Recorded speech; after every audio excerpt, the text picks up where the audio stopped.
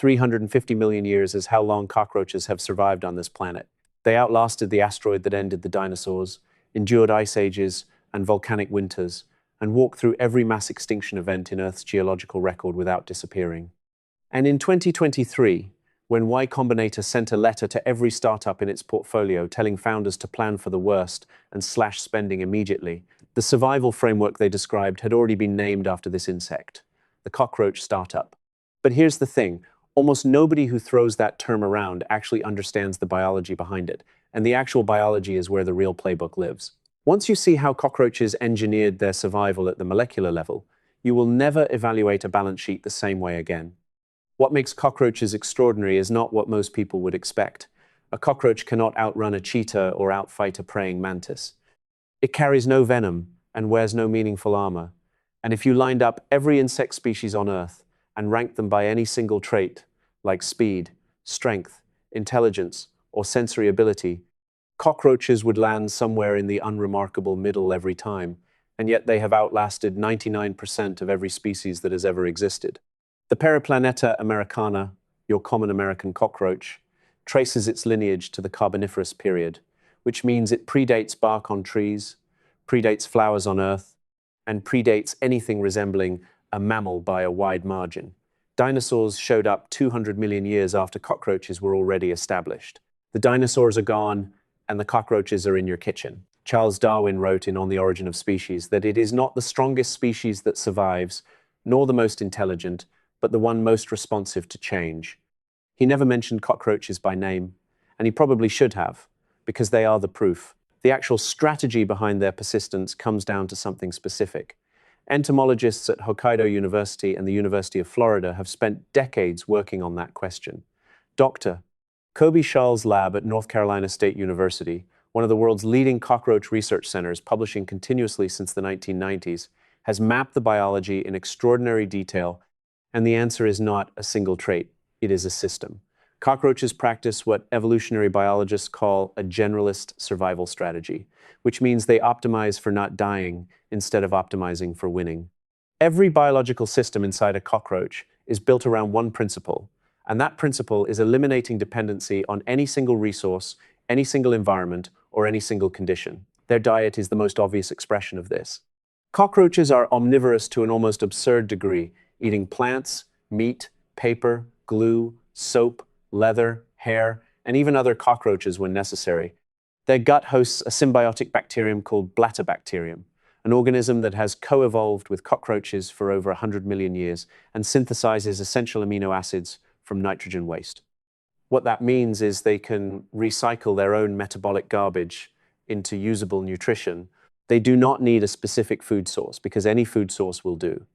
Their respiratory system operates through passive diffusion via spiracles, which are tiny openings along the body that take in oxygen without lungs, creating a setup with no centralized breathing organ and no single point of failure.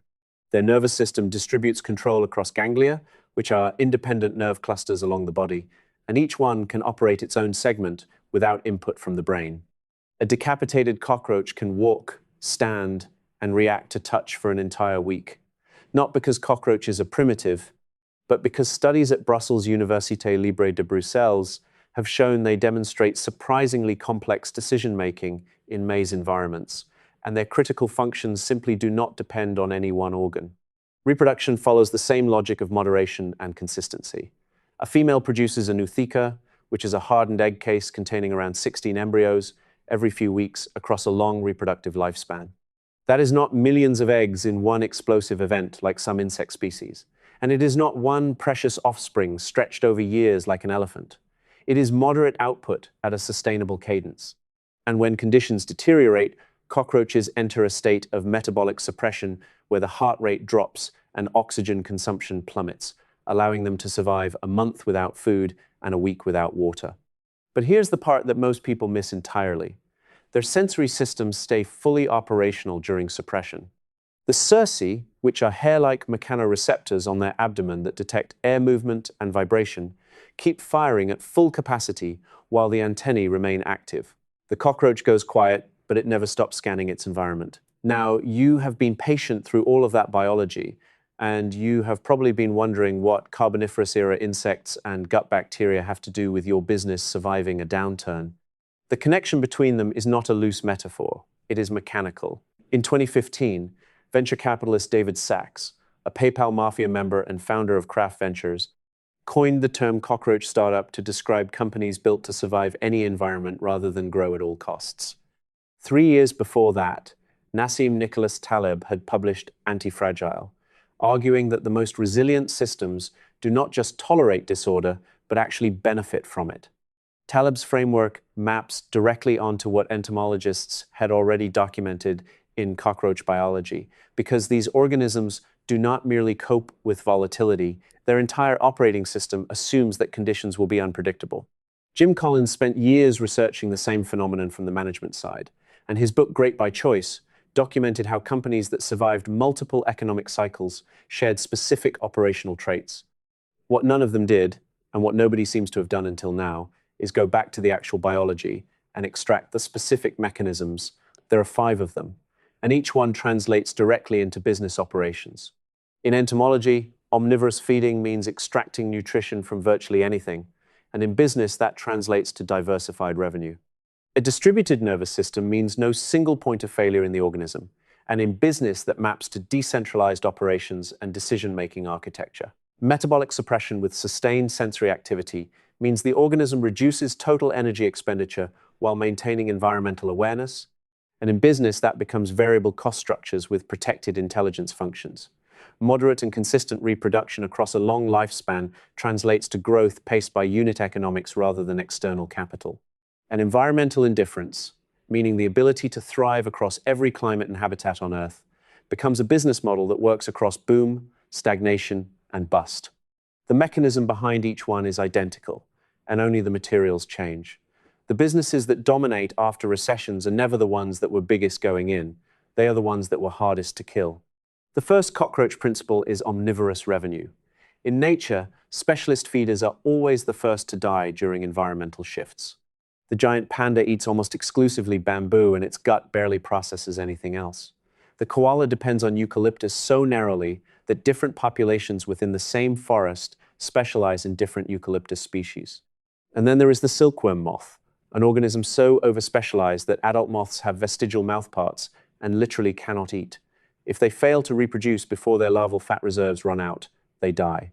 These animals are optimized and efficient, and they are also exquisitely fragile. A cockroach eats whatever sits in front of it because its digestive system was built for flexibility rather than peak efficiency. That translates directly to business.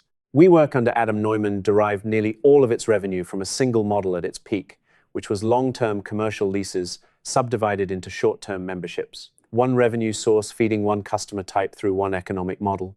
WeWork operated like a silkworm moth, living off a finite reserve of venture capital with no ability to feed itself independently.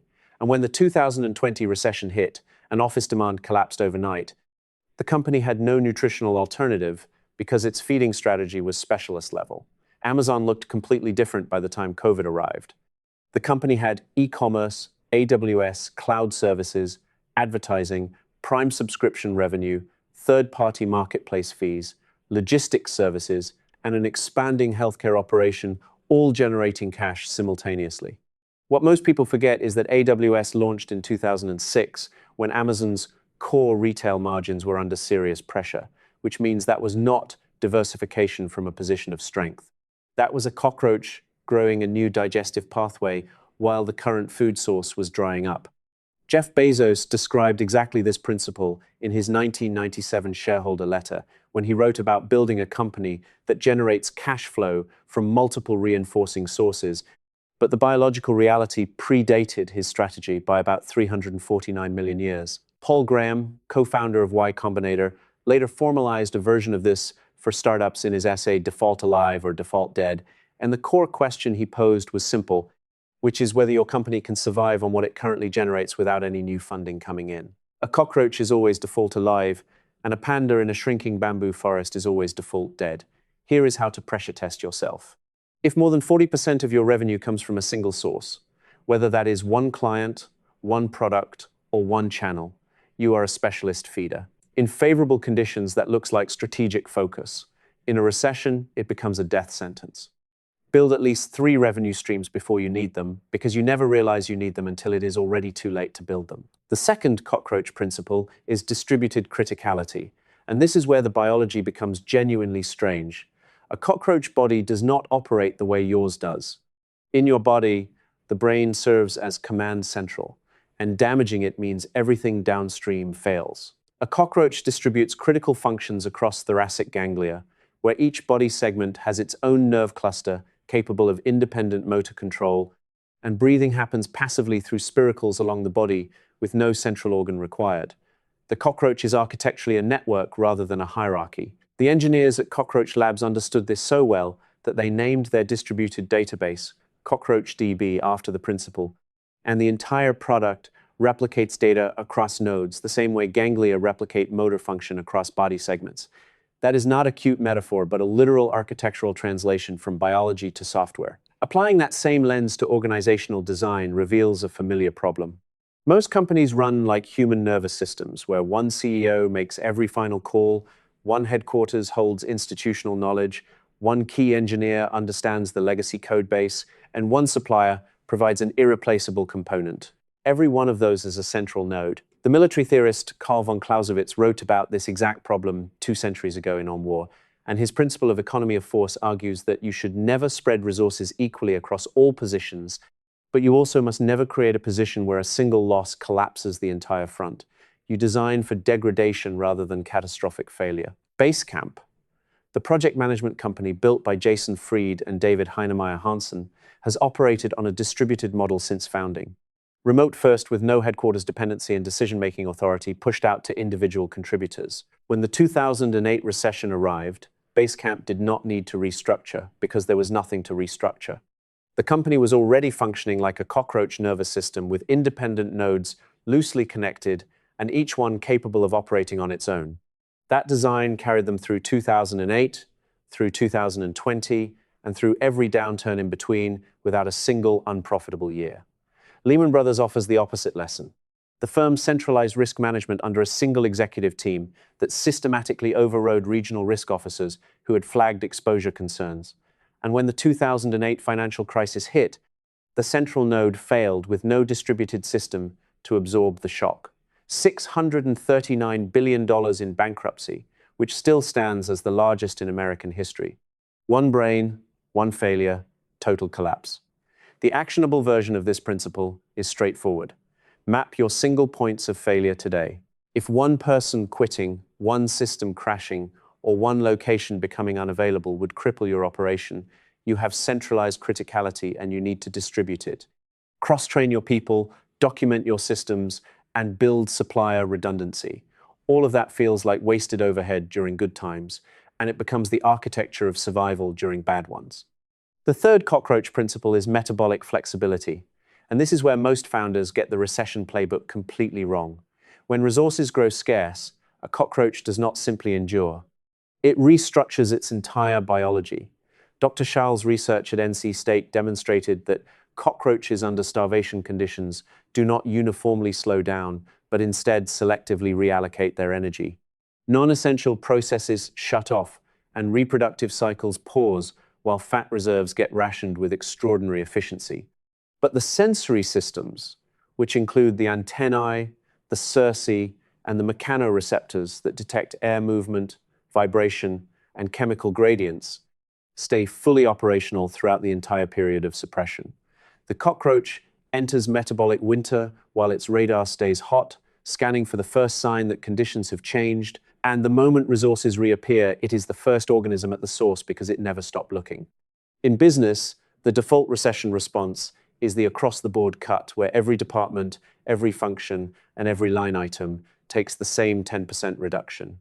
That approach is the biological equivalent of dimming all systems equally, which, for the record, is not how any successful organism handles scarcity. What you actually want is cockroach-style metabolic reallocation, which means cutting non-essential spending aggressively on things like office perks, brand awareness campaigns, speculative R&D that sits 3 years away from generating revenue, and nice-to-have software subscriptions. But at the same time, you protect or even increase spending on your sensory systems, which means sales intelligence, customer research, competitive monitoring, and above all, your cash reserves. Taleb would call this maintaining your optionality, which is the ability to act when others cannot. Sequoia Capital's famous 2008 memo titled "Rip Good Times" told portfolio companies the same thing in different language, which was to cut deep enough to survive, but never cut your ability to detect and respond to opportunity. Mark Cuban executed this with precision during the dot-com bust by radically reducing his operating burn while staying aggressively alert for distressed assets. That combination of spending less in total while reallocating toward detection and positioning is how he acquired the Dallas Mavericks for $285 million in 2000, and that franchise carries a valuation of over $4 billion today.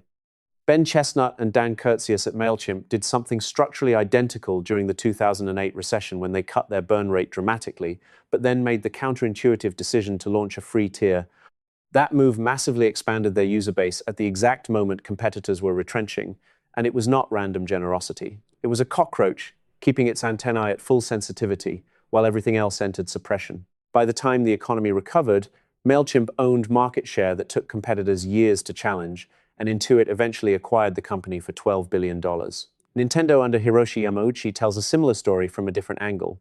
For decades, Yamauchi stockpiled cash reserves so aggressively that by the early 2000s, Nintendo was sitting on over $8 billion, which was enough to operate at a total loss for roughly 50 years. Financial analysts criticized this as inefficient capital allocation, and Yamauchi ignored every one of them because he was building a cockroach. When the gaming industry hit cyclical downturns, when the Wii U underperformed expectations, and when competitors burned through cash-chasing hardware specifications, Nintendo survived every single time. Not because it made the best console in any given cycle, but because it was impossible to kill. The actionable version here is to stop cutting uniformly and instead cut the metabolism while protecting the antennae. Your antennae in business terms are your closest customer relationships, your best salespeople, your market research function, and above all, your cash position. Everything else can enter metabolic suppression until the environment shifts. The fourth cockroach principle is reproductive pacing. A cockroach never attempts to populate the entire world in a single cycle. 16 offspring at a time, consistent cadence, long reproductive lifespan. The mayfly operates on the opposite model by reproducing in one explosive burst and then dying, often within 24 hours of reaching adulthood, which means its entire adult existence is a single bet. In startup terms, the mayfly strategy is hypergrowth subsidized by venture capital, where you bet everything on rapid expansion, flood the market, and hope you reach critical mass before the environment shifts. Pets.com burned through $147 million in venture funding across just 18 months, trying to scale ahead of demand during the dot-com boom, and that mayfly strategy left it dead by November of 2000. Paul Graham's default alive or default dead framework speaks directly to this pattern because a company growing faster than its revenue supports is default dead and simply does not know it yet. It is a mayfly that has convinced itself it is a cockroach. Sarah Blakely built Spanx using the opposite approach, with no outside investors and no venture capital, growing at the pace her cash flow supported, one product line at a time and one retail partnership at a time. When recessions arrived, she carried no debt to service, faced no investor timeline to meet, and answered to no board demanding growth rates that required external capital to sustain. Spanx has posted a profit every year since its founding, and Blakely became a billionaire not by growing fast, but by growing at a pace she could sustain through any environment. Patrick Collison at Stripe understood this tension between velocity and resilience from the start. Stripe raised venture capital, but Collison enforced discipline around unit economics from day one, requiring every cohort of customers to be independently profitable before scaling further. That is reproductive pacing in action. You are not refusing to grow. You are refusing to grow faster than your metabolic rate supports. And the difference between those two things is existential. The fifth cockroach principle is environmental indifference. Cockroaches inhabit every continent except Antarctica, thriving in tropical heat, surviving freezing temperatures, and adapting comfortably to everything in between. They have been found in sewers, five-star restaurants, hospital surgical suites, forest canopies, underground caves, and even low-orbit spacecraft. because NASA documented cockroaches surviving exposure to vacuum conditions in controlled experiments. They do not require a specific environment and instead adapt to whatever environment they find. The business translation of this is model flexibility. Companies that need specific economic conditions to function, whether that is low interest rates, high consumer confidence, easy credit access, or the zero interest rate policy environment that defined 2010 through 2021, are environment-dependent organisms. They are orchids, stunning inside a greenhouse, and dead at the first frost. When the ZERP era ended in 2022 and the Federal Reserve began aggressive rate hikes, hundreds of startups that had been built on the assumption of cheap capital discovered they were orchids that had never experienced winter. The 2022 and 2023 tech layoffs eliminated over 260,000 jobs across major technology companies, and that wave represented the mass die-off of environment-dependent organisms encountering cold weather for the first time. Costco operates on a completely different principle because Jim Sinegal designed a model that remains indifferent to the economic weather. During recessions, consumers trade down to Costco for value pricing, and during expansions, they keep shopping there because the prices are still better than alternatives. The membership model generates predictable recurring revenue regardless of where you sit in the economic cycle, and Costco stock has outperformed the S&P 500 across every recession since the company's founding. Dollar General follows the same structural logic, and so does Walmart. These are not companies that got lucky during downturns. These are companies whose models do not require favorable conditions to function. The actionable version is to take your current business model and stress test it against three separate scenarios, which are recession, stagnation, and boom. If your model only works in one of those environments, if it requires low rates or high consumer spending or easy fundraising to stay viable, then you are environment dependent and you need to redesign. Adjust your pricing, your cost structure, or your customer base until you can sustain operations across all three conditions. Warren Buffett has repeated for decades that you only discover who has been swimming naked when the tide goes out. And environmental indifference means you are never naked because you are built for every tide. What entomologists figured out by studying organisms that are 350 million years old, and what Taleb formalized, Collins documented, Sachs named, and Graham quantified, all comes down to one unified principle. Survival does not belong to the most impressive organism. It belongs to the most adaptable one. Omnivorous revenue, distributed criticality, metabolic flexibility, reproductive pacing, and environmental indifference are not five separate ideas. They are five expressions of the same deeper truth, which is that the organisms and organizations that persist across centuries and economic cycles are never optimized for any single condition. They're optimized for variation itself. They trade peak performance for persistent viability, and they sacrifice being the best in any given room for being the thing that is still standing after everything else in that room is gone. And there is a cost to this approach that nobody talks about. The cockroach strategy will never land you on the cover of a magazine during a boom. Nobody writes breathless profiles about the company that grew 15% a year for 2 decades straight. The panda gets the conservation campaign, and the unicorn gets the TechCrunch headline, while the cockroach gets stepped on, but the cockroach is still here. The panda needs a dedicated international effort just to avoid extinction, and as for the unicorn, you can ask WeWork how that story ended. Next time you sit down to review your business plan, your budget, or your growth strategy, ask yourself one thing, and that is whether you are building a dinosaur or a cockroach. Dinosaurs dominated their environment for 165 million years, and they were spectacular, optimized for the world they lived in. But when conditions shifted beyond their parameters, they vanished in a geological instant. Cockroaches were never the most impressive organism in any ecosystem they inhabited. They were just the thing that was still there when everything else had left. The best recession strategy is not built with ambition, scale, or market dominance. It is built with optionality, flexibility, and an almost boring commitment to not dying. Taleb has a word for it, Sachs has a name for it, and entomologists have 350 million years of fossil evidence for it. You just did not have the vocabulary to connect them until now. Cockroach biology and corporate strategy are two fields that could not seem further apart, but the architecture of survival connects them at every structural level. That is what we do here, which is trace the hidden engineering principles that link fields nobody thinks to compare. So you can steal strategies that took nature millions of years to pressure test. Next week, we are looking at how slime mold designed Tokyo's rail network more efficiently than a team of engineers, and what that means for how you should structure your org chart. Drop a comment and tell us the most panda-like business decision you have ever watched a company make, where total dependence on one thing looked like genius right up until the environment changed.